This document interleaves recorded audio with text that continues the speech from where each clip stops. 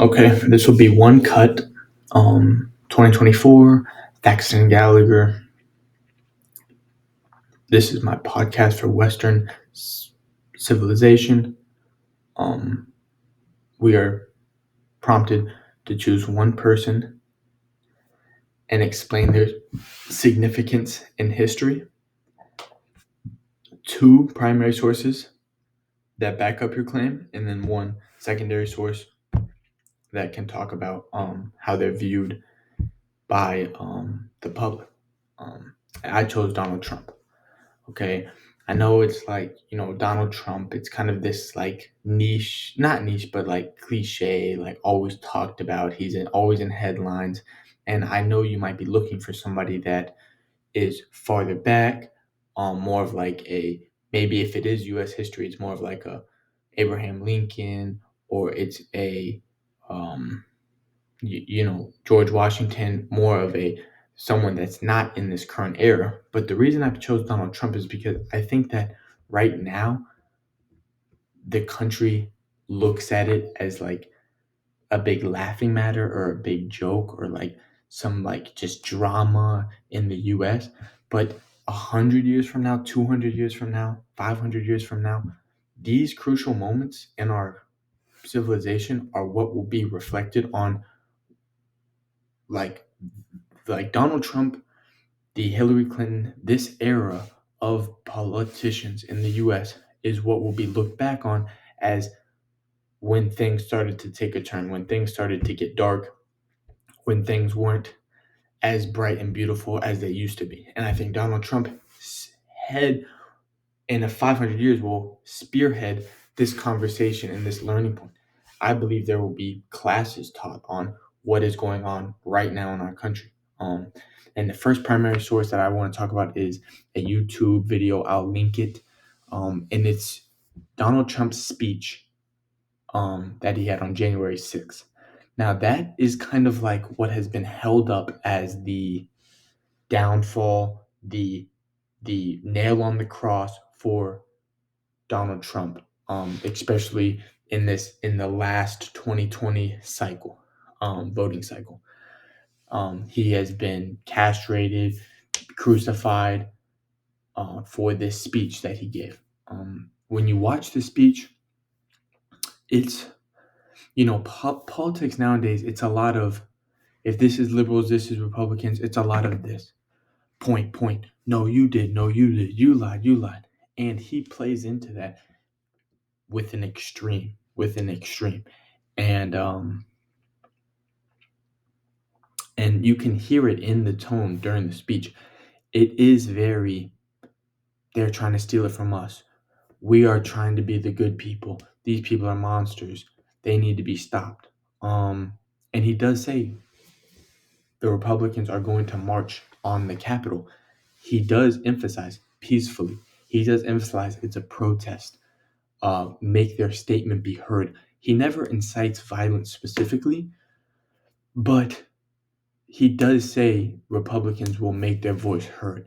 Now, he never once says, now, this is what you need to do. You need to, but that is how publicly it's being portrayed, especially because right now, right, it's not like Abraham Lincoln or where there's kind of one perspective on, because right now in such a heated climate, there is many different perspectives of a Donald Trump, of the politics in general.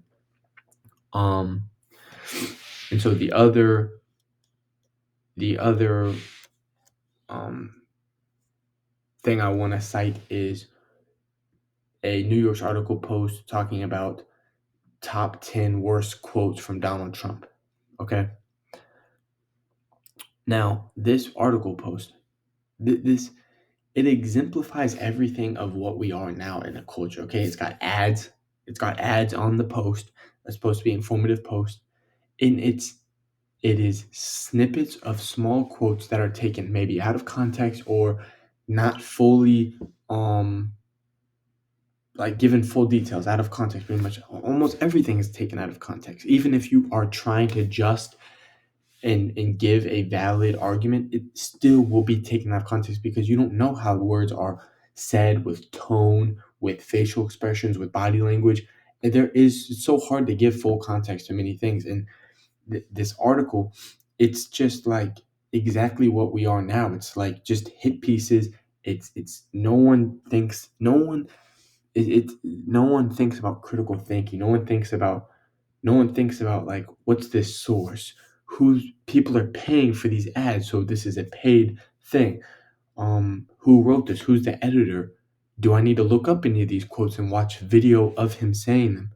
Um, it kind of embodies everything that we are now as a society, just super fast, super quick. Nothing is really thought out, nothing is planned, nothing is investigated. And how Donald Trump is viewed, there's a million. Like, I saw a video just the other day on Twitter, some woman, a black woman, because Donald Trump, he has a lot of supporters from the South, okay? And there's a black woman saying Donald Trump is black people are for Donald Trump, 4PF. That means four pockets full. It's like an Atlanta thing. And so like there is a group of black people that love Donald Trump, even though it's portrayed by many other people that he's a racist, he's a monster.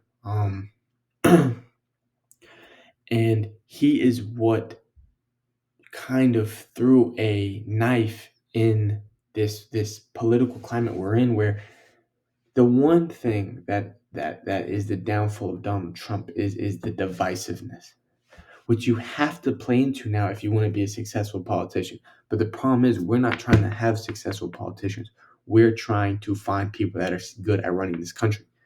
But with anything, especially with extreme power, you do have extreme greed, and you are an egotist. You have these thoughts, and you are like egotistical. You think you can run this country. You have to have some type of ego.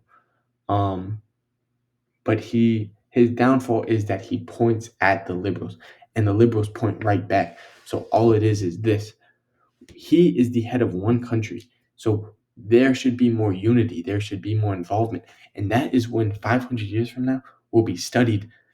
This two-party system that we're in, and this divisiveness that's in the 2000s, Donald Trump will be center focused in. I believe he will be the headpiece. People will learn about him and show what should not happen. Even though I believe he had a lot of benefit to this country, it will be portrayed in that manner.